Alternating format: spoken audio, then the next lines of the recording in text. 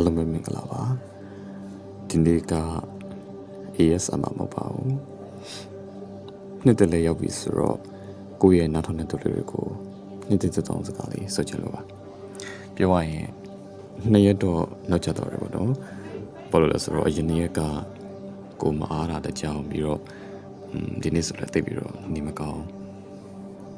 အဲ့တော့ပထမဦးဆုံးအနေနဲ့ပြောချင်တာကကြတော့ကိုဒီ channel ကိုဆက်ဆက်တော့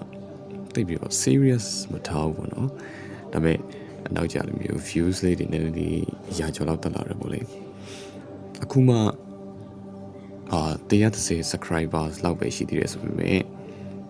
ကိုတော်တော်လေးအရေးပါပါတယ်အခုလို views တွေရှိတာဒါမှမဟုတ်မျိုး video တွေမှာ comment မှတ်ပေးတာဆိုလေဝမ်းသာပါတယ် comment တွေအကုန်လုံးလည်းဖတ်ဖြစ်ပါတယ်ပေါ့နော်တချို့တွေကျတော့လေတဘောကြကြောင်ရေးထားတာတွေတချို့တွေကျတော့လေလိုအပ်တဲ့နေရာလေးတွေထောက်ပြပေးတာတွေပေါ့ဒီတော့လေကျေးဇူးတင်ပါတယ်ထောက်ပြပေးတဲ့အတွက်နောက်ကြရင်လည်းအဲ့လိုမျိုးလိုအပ်တဲ့နေရာလေးတွေကိုဖြည့်ပြီးတော့တင်ပေးပါမယ်ဆိုတော့နှစ်တည်းလေးရောက်ပြီ2025မှာလည်းနောက်ထောင်တဲ့သူတွေအများကြီးကြုံတွေ့ခဲ့ရမယ်ဆိုတာယုံကြည်တယ်ကိုဆိုရင်လည်းကွာတချို့ရက်ဆိုရင်ပြောရတာရှိတယ်တချို့ရက်ဆိုလည်းဝမ်းနေရတာစိတ်ကြီးရတာရှိတယ်တချို့ရက်ဆိုလည်းလုံးဝပါတော့ကိုဘာလုပ်နေလဲဘယ်ရောက်နေလဲဆိုတာမသိတော့တဲ့အထိလမ်းပြောက်ပူတယ်ဆိုတော့နောက်ထောင်တဲ့သူတွေလည်းခံစားခဲ့ရမှာပဲဒါပေမဲ့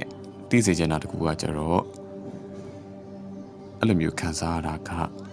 ခမည်းလေးတို့တယောက်တည်းမဟုတ်ဘူးဆိုတာကိုသိစေချင်တယ်ဟုတ်လားအဲ့ဒါကြောင့်မို့လို့လေကိုကစိတ်မတက်မတာဖြစ်တဲ့အရာတွေကိုစိတ်တက်တာဖြစ်သွားအောင်ဒီလိုမျိုးဗီဒီယိုလေးတွေတင်ပေးတာကွာတလားဆိုတော့စိတ်ညစ်လာတဲ့အခါတိုင်းကိုရှိတယ်ခမည်းလေးတို့နားမှာကိုရှိတယ်အဲကြောင့်ပပတနဲ့ပြောချင်တာတွေပြောလို့ရတယ်ကွာကိုခမည်းလေးတို့ကိုမေးချင်တာရှိတယ်။ဘာမေးချင်လဲဆိုတော့ဒီနှစ်သက်မှာပေါ့နော်။ဘယ်ຢာတွေကိုတည်သွားချင်ပြီးတော့ဘယ်ຢာတွေကိုထားခဲ့ချင်လဲ။တကယ်လို့အဆင်ပြေရဆိုရင်ဖြေထားပြလို့ရပါတယ်။ Okay နောက်ဆုံးတက်မှာဆိုရင်တော့ဒီနှစ်သက်မှာနောက်တော့သူတွေအားလုံးစိတ်သက်လူတင်နဲ့စတင်နိုင်ပြီးကိုလိုချင်တဲ့ပန်းတိုင်းတွေကိုလည်းရိုက်နိုင်ပြီးတော့